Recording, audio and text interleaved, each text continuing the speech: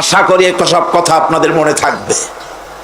কি সব কথা তার জীবনী বানায়েছে, তার মধ্যে লিখেছেন বড় পীর সাহেবের মা যখন বড় পীর সাহেব মায়ের পেটে ছিলেন তখন এক ফকির তার বাড়িতে আসছে। ফকিরকে তিনি ভিক্ষা দিতে বেরিয়েছেন মা, ওই সময় ভিক্ষুক বড় পীর সাহেবের মায়ের উপরে হাত দিতে গিয়েছিল। তখন পীর সাহেব মায়ের পেটের থেকে বাঘের মতো বেরিয়ে সেই ফকিরকে ঘাড় মটকায় দিল। বাজে কথা, কোন ফকির বড় পীর সাহেবের মায়ের গায়ে হাত দেয় নাই, বাজে কথা। তারপরে তিনি মরা মানুষ জিন্দা করেছেন, খড়ম পাঠাইয়া কারে পিটাইছে, বদনা মারছে, আর এক বাড়ি যাইয়া সেই বদনা দিয়ে পিটাইয়া মাথা ফাটাই দিছে, বাজে কথা। মরা মানুষ জিন্দা করেছেন। সুতরাং এই সমস্ত বাজে কথায় কান দেওয়ার কোনো কারণ নাই। ওলিউল্লাহদের কেরামত হক, সন্দেহ নাই, কিন্তু সেই কেরামত মুজিজাকে পার হতে পারবে না। কোন মুজিজা আল্লাহর কুদরতকে পার করতে পারবে না। সেই জন্য আমি কথাটা ক্লিয়ার করে দিতে চাই, নফল সুন্নতের উপরে যেতে পারবে না, সুন্নত ওয়াজিবের উপরে যেতে পারবে না, ওয়াজিব ফরজের উপরে যেতে পারবে না, ঠিক কিনা? আলেম ওলামা এর মর্যাদা, পীর আলেম ওলামাদের মর্যাদা হচ্ছে তাদের মর্যাদায় তারা আছেন। এদের মর্যাদা যত বড় পীর হোক, যত বড় আলেম হোক, সাহাবীদের সমকক্ষ হতে পারবে না, পারবে না, পারবে না। সাহাবায়ে কেরাম রিদওয়ানুল্লাহ তাআলা আলাইহিম আজমাইন, গোটা পৃথিবী কান খুলে শুনুন, গোটা পৃথিবীর সমস্ত আলেম, সমস্ত পীর, সমস্ত বুজুর্গ সব যদি এক করা হয়, একজন সাহাবীর জুতার তলার ধুলাও হবে না। যাদের উপরে আল্লাহ সন্তুষ্ট, আর আল্লাহ যাদের উপরে সন্তুষ্ট, তারাই হচ্ছেন সাহাবায়ে কেরাম রিদওয়ানুল্লাহ তাআলা আলাইহিম আজমাইন। সুতরাং ওলামা পীর বুজুর্গ সাহাবীদের সমান নয়, সাহাবীরা কোনদিন নবীর সমান নয়, আর নবীরা কোনদিন আল্লাহর মর্যাদার সমকক্ষ নয়। সুতরাং আজ আমাদেরকে বুঝতে হবে, ওয়াইয়াকা নাস্তাইন, ইয়াকা নাবুদু, তোমার ইবাদত করি, ওয়াইয়াকা নাস্তাইন, কেবল তোমার কাছেই সাহায্য চাই। খতমে গাউসিয়া বানাইছে, কোথায় পেয়েছেন? আমরা ওই ধরনের বুজুর্গদের কথা মানি না, যা কোরআনে নাই, যা হাদিসে নাই, নতুন করে যা তৈরি হয়েছে মানি না, মানি না। আমাকে দেখতে হবে কোরআনে আল্লাহ পাক কি বলেছেন, হাদিস কি বলেছে। এটার নাম ঈমান, এটার নাম কি? কোরআন হাদিস পড়ে যে ঈমান আর আকীদা রক্তের মধ্যে, কলিজার মধ্যে ঢুকেছে, আমাকে যদি হত্যা করা হয়, আমাকে যদি জ্বালানো হয়, পোড়ানো হয়, এই আকীদা থেকে এক চুল সরে যাব না। কয়টা হয়? একটাই হয় মাত্র। এই জন্য আমি দৃষ্টান্ত দিতে গিয়ে বলি, অঙ্ক পরীক্ষা যেদিন হয়, ছেলেরা অঙ্ক পরীক্ষা যেদিন দেয়, সেই অঙ্ক পরীক্ষা দিতে গিয়ে অঙ্ক যারা ভুল করে তাদের ফলাফল কয় রকম হয় বলেন? হ্যাঁ, অনেক রকম হয়। আর যাদের অঙ্ক যাদের ঠিক হয় তাদের ফলাফল কয় রকম?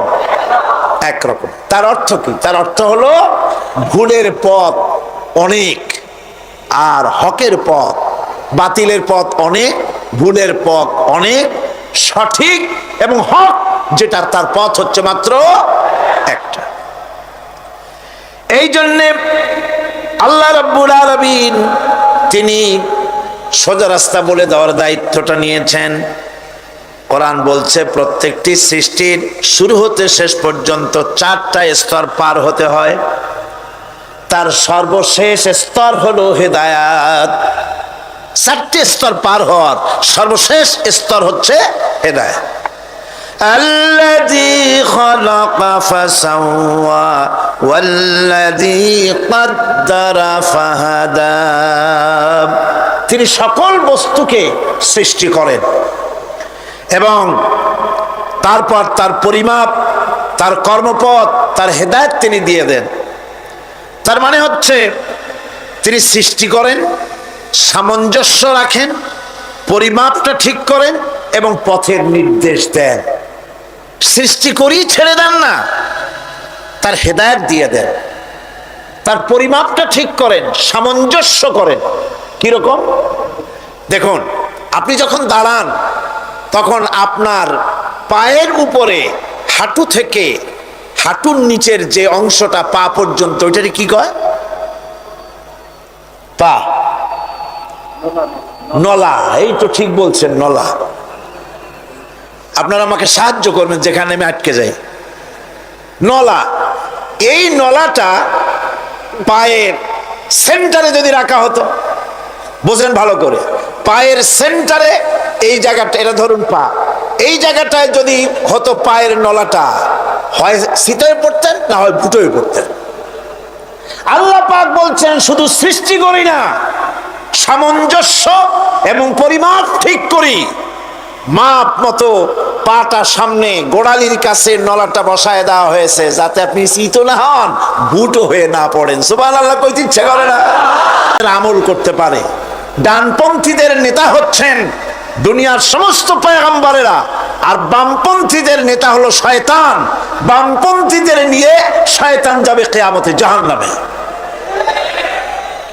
আল্লাহ পাক রাস্তা বলে দিয়েছে। আল্লাহ রাব্বুল আলামিন বলেন, আলাম নাজআল লাহু আইনাইনি ওয়া লিসানান ওয়া শাফাতাইন ওয়া হাদাইনাহুন নাজদাইন। আমি কি তোমাদের দুটি চক্ষু দেই নাই? দেখার জন্য দুটো চোখ দেই নাই? আমি কি তোমাদেরকে কথা বলার জন্য দুটো ঠোঁট দেই নাই? এরপরে আমি কি তোমাদেরকে ভালো মন্দ বোঝার জন্য আমি কি হেদায়েত দেইনি? ভালো মন্দ সবটা বোঝার জন্য আমি তোমাদেরকে হেদায়েত দিয়েছি। সুতরাং এই হেদায়েতের রাস্তা ছেড়ে দিয়ে তোমরা নিজেদেরকে গোমরাহির মধ্যে ডুবিয়ে দিও না। আমার দেওয়া হেদায়েতের রাস্তায় নিজেদেরকে পরিচালিত করার জন্য প্রচেষ্টা করো। আল্লাহ পাক বলেন, ওয়াল্লাযীনা জাহাদু ফীনা লানাহদিয়ান্নাহুম সুবুলানা ওয়া ইন্নাল্লাহা লামাল মুহসিনিন। যারা আমাকে পাওয়ার জন্য সাধনা করেছে, তাদের পথ প্রদর্শন করা আমার জন্য অবশ্য কর্তব্য। অন্য জায়গায় আল্লাহ পাক বলেছেন, ওমাইয়াত্তাকিল্লাহা ইয়াজআল লাহু মাখরাজা। যে ব্যক্তি আমাকে ভয় করে চলে, আমার প্রতি আশা করে, ভরসা করে, তার জন্য আমি রাস্তা তৈরি করে দিই। সুবহানাল্লাহ। সুতরাং হেদায়েত আল্লাহ পাক দিয়েছেন, এমন নয় যে তিনি রাস্তা তৈরি করেন নাই।